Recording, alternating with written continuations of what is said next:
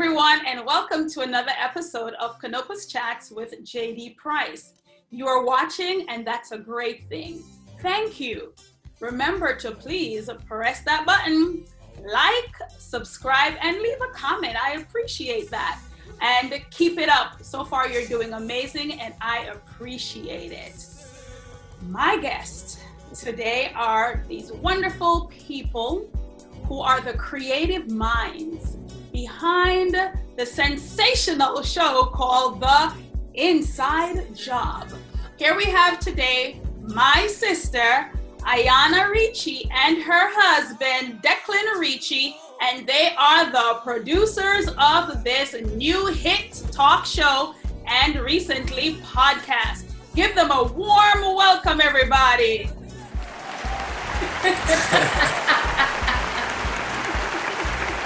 All right, Ayana and Declan, welcome. How are you today? We are good. We are good. It's 9, a little bit after 9 here in the UK. And on Fridays, we usually wind down. So I have my wine and he has his beer. So you are part of our late night dinner tonight. Well, look at me. Cheers. I don't have any wine, but I do have some water here, and it's in a purple container. So no. Cheers. Cheers. Here's to you.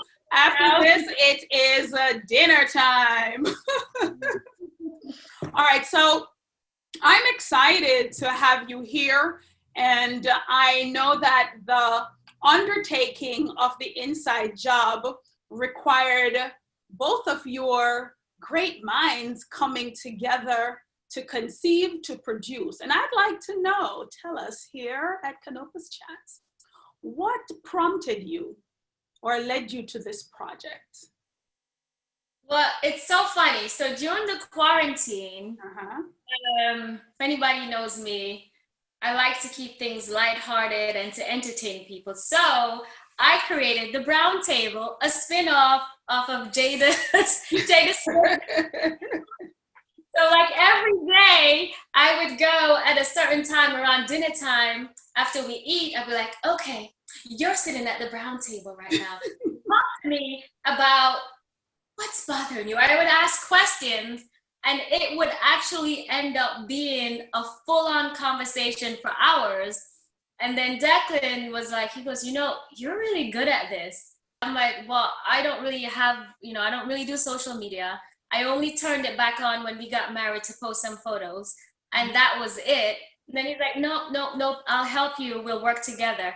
And it kind of started from there. And one of the questions that I was asking, when the table was turned to me, I remember interviewing for a position and I didn't get it, but I was always taught to be better and not bitter.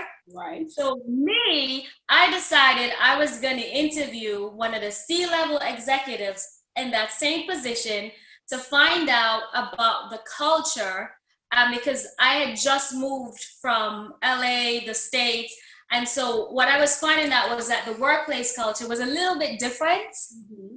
And so my aim, how it started was I asked this guy, I didn't even think he was going to do it. Mm-hmm. But in the back of my mind, I knew he was. Mm-hmm. And I created questions and it was just about helping me to understand the culture. And my aim really was just to help others like myself that migrated to a completely different country with a different culture, allowing them to get a better understanding. And that's kind of how it started. Yeah, no, I'd agree, to be honest. So that was very much what it was. And then obviously it grew and developed as time went on, really. So yeah, it's been a really fun process. I've looked at your presentation from you've started, and I see an array of guests and giftings. I would like you to tell us about the vetting process and how you went about selecting these people. So we know how the first person came about, but what about the other people? You want to go? You want me to? Yeah, so I think it was quite a broad range. So some of them were people that you knew. there were people who came to your mind who I'll leave for you to speak about. But also there were contacts that I had as well for Brazilian Jiu-Jitsu.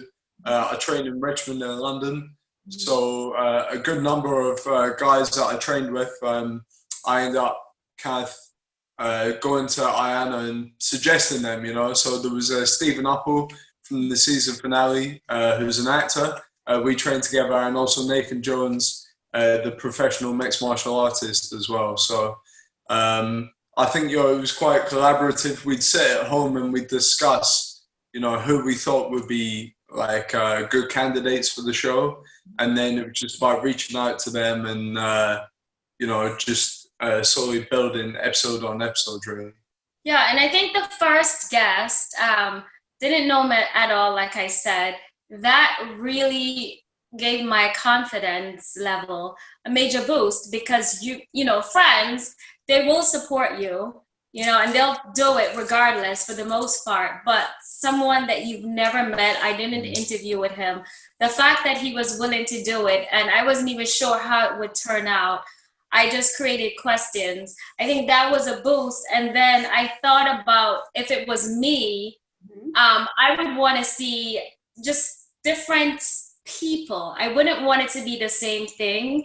And we kind of purposely set out to have people from all walks of life, like with Nathan, who is a professional boxer. And then we had Stephanie, who is the first Black, she's a vice president.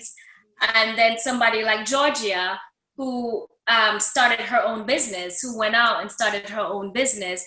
So we just wanted to have, and even Marsha, she's a military spouse. So our goal was really to make sure that we would attract like people, a wide variety, and not just someone that is just a C-level executive and nothing else. So selecting these candidates, you know, presented so many different aspects and perspectives in achieving goals. And so from C-level to martial artists to parenting without your spouse being in the immediate vicinity, these just show the depth and the wide array and experiences of your guests. And of course, that's going to appeal to a broader audience, which I think is great. Now, we only saw the ones that were displayed in the various episodes. Is there someone whom you wanted to contact or wanted on the show but did not participate? How did you respond to such person? Well, I've got one. Okay.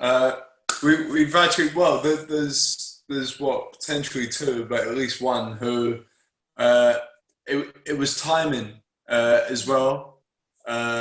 That certain people that we reached out to, they either were very busy at that time, or you know, they didn't weren't necessarily that confident. But I think over time there's been a couple of people now who either have made the time or are a bit more confident that in season 2 we're going to be able to go to them. I know that you had one person who I had one person. was very keen as well to meet up in person. So when we were doing season 1 during the quarantine, you were unable to obviously meet up in person. But now that things are a bit more relaxed over here in the UK, you know, we're able to go and do those interviews. So where that one of your candidates wasn't very kind of into Zoom, we're not able in season 2 to go and see those people. So I think season 2 is going to kind of enable us to go and see some of the people that we might have missed for season 1. And you know what? Some people just said no. And they said no because I was new and I don't have a huge following. And to me, that's fine, because I always believe that, you know, when we were formulating this show, I prayed on it. That's me. That's, you know, I like to pray. And I said, you know, whoever is meant to be on the show will be on the show. And I didn't pick people based on how many followers they had or whatever. I picked them based on substance. And so if you were not on the show in season 1, it was because you weren't meant to be there. And look, and I mean that in a respectful way. And looking back at season 1, it was just right. Like what he said, I had one person, actually 2, and the third person just, didn't respond, but I didn't take it personally. Okay. I knew that someone else, God would provide someone else, the right person. And so in both instances, I ended up getting an even better interview than I anticipated. So to me, I'm more about quality than quantity. And that's just my motto. So 10 shows in, season 1 done, podcast is now here, everybody. So tell us about how you prepared for the podcast, making that switch from creating a Zoom type of presentation production to now being on the podcast, and what lessons, I would say, or takeaways can you say you have gained from this experience? Firstly, transfer to podcast, fortunately wasn't too difficult. So really it's just about stripping away the audio and the video, separating them, and then just having the audio by itself. And once you've edited the video itself, then the audio, you don't really need to change too much. Probably the biggest learning curve from that is just about the platforms in which you use to distribute it. So obviously that's different. Like with a podcast, you just upload it, or sorry, with the full video version, you just upload it onto YouTube. But with the podcast, you want to put onto different platforms. So we wanted to get onto iTunes, Spotify, iHeartRadio, Castbox, and the various other kind of podcast platforms. So it was about researching kind of the most efficient way to do that. So I discovered a platform called Spreaker.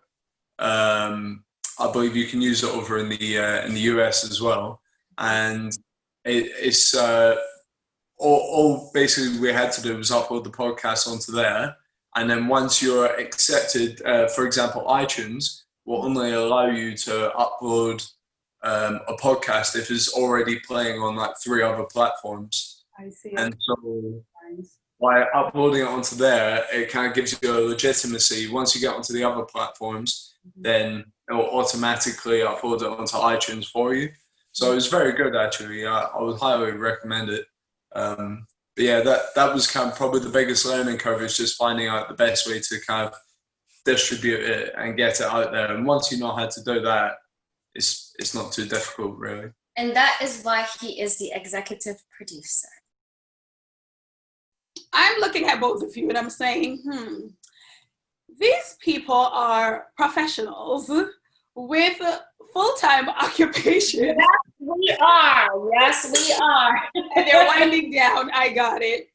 I would like to know, how do you manage your full-time work and devote enough time to producing the shows? Because we see the finished product, but there's a lot of time invested behind the scenes to produce what it is that we see. I would like to hear how you strike that balance between your professional jobs and your now project that is taking off. Well, that's a very good question, because when we started out, it was during the quarantine. Right. So we had nothing else to do. And then I ended up having a full-time job in July, and it has been a lot of work. Now that season 2 is coming, I have to start managing my time. So the weekends, that's when I'll do a lot of my tapings. I usually just recommend Saturday, Sunday, one and two occasions I do in the week. But it is a challenge, and especially now that I have work. And so in the evenings when I come home, that's when I will focus on the inside job, or early morning before I go to work. I make time for it. Luckily, I mean, he does the hardest part, which is editing. So he's closer to home than I am, because the London Underground, so it's not far. And he drives into work. For me, the commute is a little bit longer.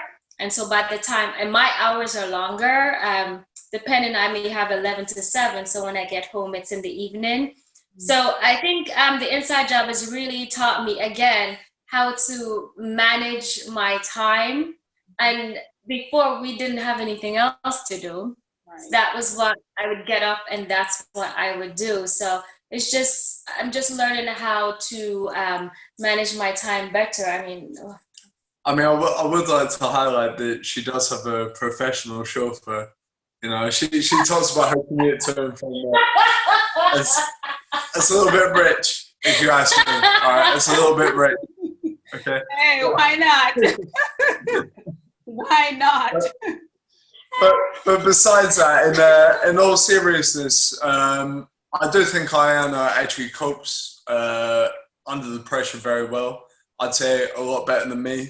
She won't say it here, but she's seen many a temper tantrum when I'm doing my editing. I'm forever throwing my toys out of the pram. It's good, right? It's the way we work. Someone's got to be a cool head. One of us, is just the creative genius, and it just is what it is. Creative genius. Oh, all right, sorry. But no, torture genius. Torture genius, actually, yeah. So no torture. We don't believe in no torturing here. I think I prefer the creative genius. Yes, go with that. We're not the torture. Well, we're just kidding. We'll discuss, it's a family show. We'll discuss that later. But but in all seriousness, though, Ayana really does deal with it very well. There are many mornings, especially because I love my sleep. There are many mornings that I'll wake up and she'll be gone. I'll wake up, it'll be like 6 o'clock in the morning and the bed's empty. Because she's through in the living room working on her questions, or starting to work out her posts and stuff for Instagram and the other social media and stuff. And she really does work really very hard at it. And that does inspire me. To actually kind of get on and get the work done as well. And I think sometimes it can be difficult with the editing. Just because there's so much kind of bits and pieces, just little chopping and moving around and stuff, but it has become easier over time. And I just think, especially with Ayana being like the cool head, of the pair of us, is good. It gives a nice balance, and I guess that's how we get things done, is by working together. Awesome. Well, you kind of segued into another question that I have on the list. So what would you say then is the key ingredient or ingredients that hold you or keep you together, working effectively together? Because you can work together, and as partner, you're in each other's space. Often our social calendar is probably reduced to this much. How do you work in confined space together, producing without blowing up? Although you have expressed that sometimes you're human, I get it. But what would you say is that key or the secret ingredient that makes sure that it works for you both? I think the quarantine for a lot of people was a make it or break it. Mm-hmm. I think the secret is that we actually like each other. You can love someone and you don't really like them so much. We realized that during the quarantine that we not only loved each other, but we really, really liked each other. And it sounds so cheesy because I would hear people say this, he's actually my best friend, and minus you, and and I'm his. Okay. And I'm his. Like, I genuinely enjoyed in those 4 months that we stayed home. We did so much. We created our own little life in the backyard. We got a blow up pool. We made him Americanized him. He started grilling. Bar in the back and the fairy lights and everything. And I think the key is that we genuinely enjoy each other and that we like each other. We haven't been married that long, but I would say it's like an unconditional love. So he's seen me at my worst and he still loves me. I've seen him at his worst, which to me is not really that bad, but he thinks it's bad. So I say, yeah, it's bad. And I love him.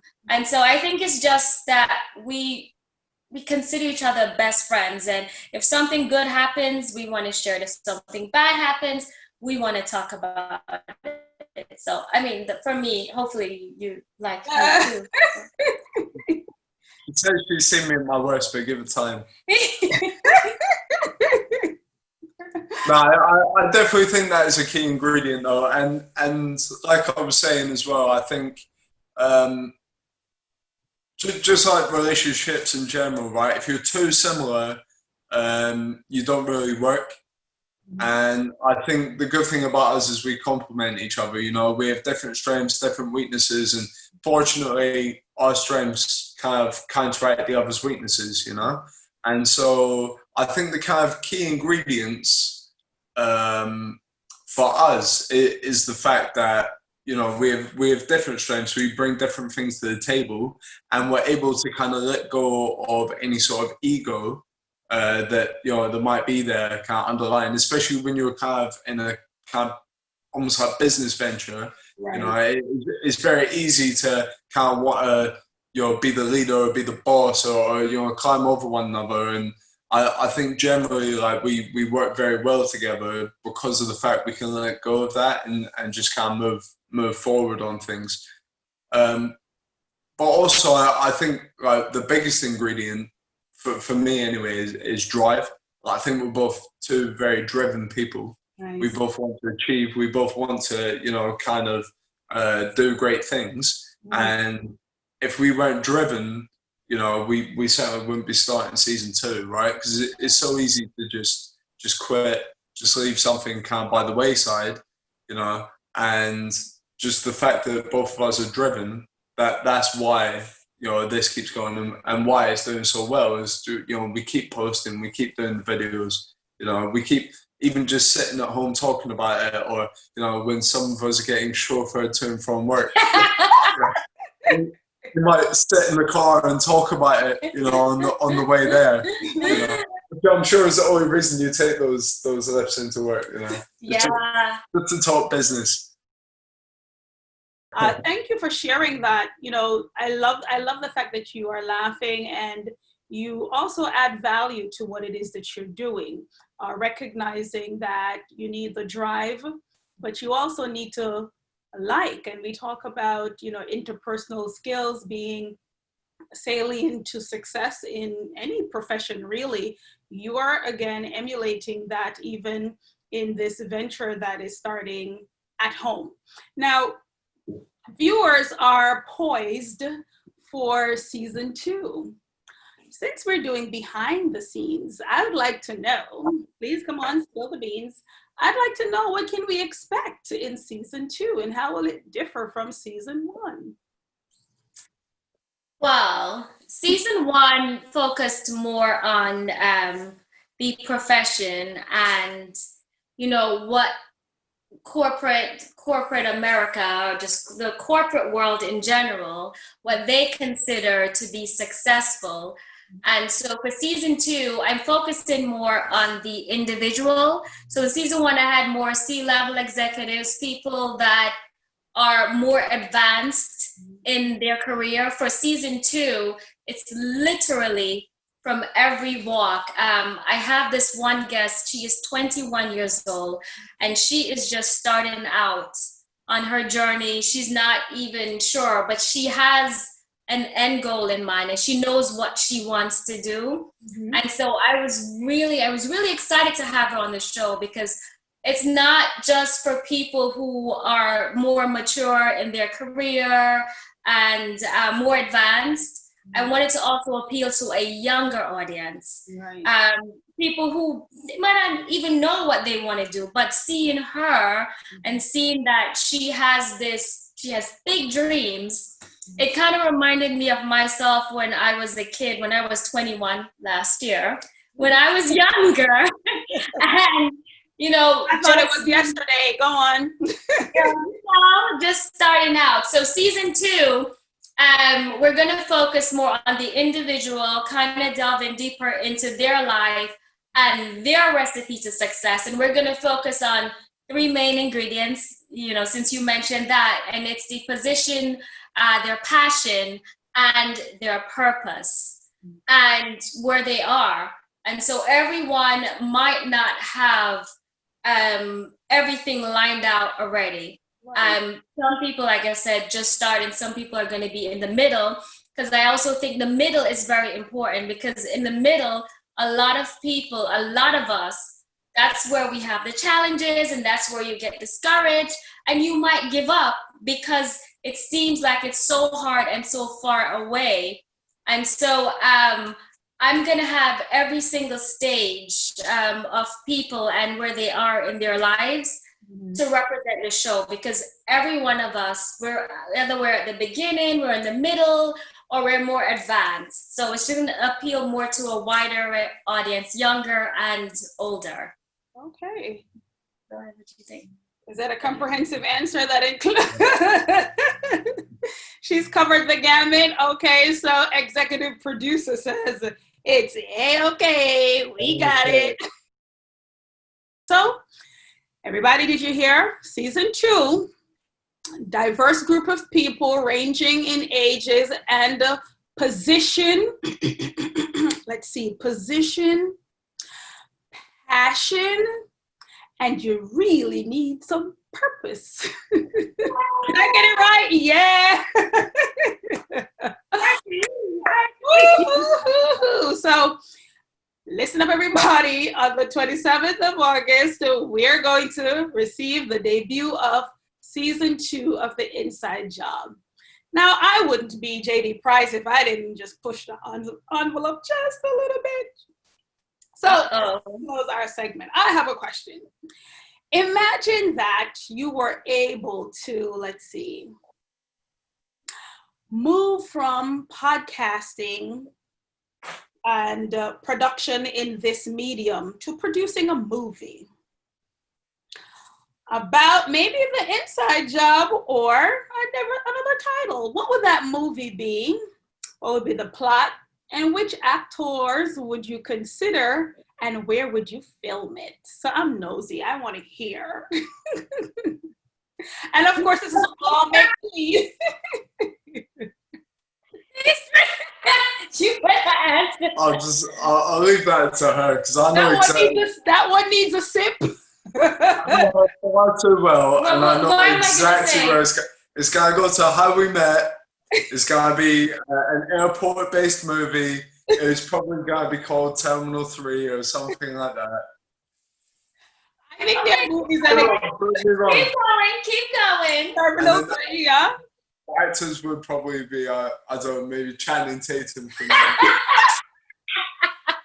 Uh-oh, wait a minute. Let me find out. Matthew McConaughey doesn't qualify for this one? He's got too much hair, unfortunately. But this is all yours. You chose to cut it. Natural. You chose to cut it. Nope. Au natural. Definitely not stress-induced. No, he's so stupid. All right.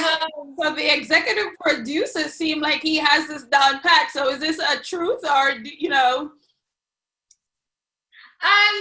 If I was to do a movie, if it's going to be based off of us, it might be something along the lines of Terminal 3, because that's where we had our first date. Not the first date? Drive, and this is a prime example, right? Because when I met him, it was a day before I was leaving, And I met him at a pub in London because I was a true football fan, real football. I made him proud. Proper football. Proper football. Not that American. Oh, proper. How about we'll say from the UK? Go on. Proper football from the UK. Football that you play with your feet, funnily enough. Okay, football. I got it. Not the one that you throw with your hand. No. Oh, got it. Okay. All right. I won't even ask you what that name should be, but handball? God knows, really. Okay, then let's go back to the movie. Fake rugby. Huh? What do you say? I said fake rugby. Fake rugby. Ooh. Okay, so You are American. let us not desecrate American football. Giants, go Giants. Did you say go Giants? Yeah, that's much steep. So yeah, so when we met at O'Neill's, it was during the World Cup after party, and so he's Scottish. So Scottish people are against English. So any team, as long as it wasn't England, that's who he was rooting for. So he was rooting for France. And it was right before I was leaving, and I jokingly said, you know, do you want to meet? Unless you're gonna meet me at the airport. And he goes, okay. And I'm like, okay, what? And so he met me at the airport at 8:30 in the morning at Terminal 3, which is also where he proposed at the same restaurant. Not on the same day. No. Sorry, I just need to. Okay. Close enough. It was like 6 months later. So, you know, so close enough. But I said yes. And I would say yes again. Oh, stop it. Oh. So wait a minute. So Channing Tatum is going to be one of the actors. Who's going to play you? You know, I don't even know. Who would play me? I don't know. Ooh, I don't know. You know, I used to say Halle Berry, you know, back in the glory days. But I guess she might be too old to play me now. But I still think she's like fine wine. No. I don't know who would play me. I don't know. And now you're going to have me thinking about that. Yeah, okay. When you have an answer, you let me know, okay? You know, producing a show, whether it is virtually or live, takes a lot of time and energy, but it also requires a love and a passion. And so today you were able to go behind the scenes to speak with creative minds, Ayana Ritchie and executive producer Declan Ritchie. And together they're bringing you great content. And they make the process seem so easy. They have many, many more episodes to come. So tune in on August 27th for season 2 of The Inside Job. Might I say, sorry, you look fabulous. Oh, thank you. And I think we're matching. So Canopus Chats fan, remember, what must you do? You must like, comment, and subscribe. And my heart is filled with gratitude for each time that you go down, tap that button. Thank you very much, everyone. And I'll see you at our next episode.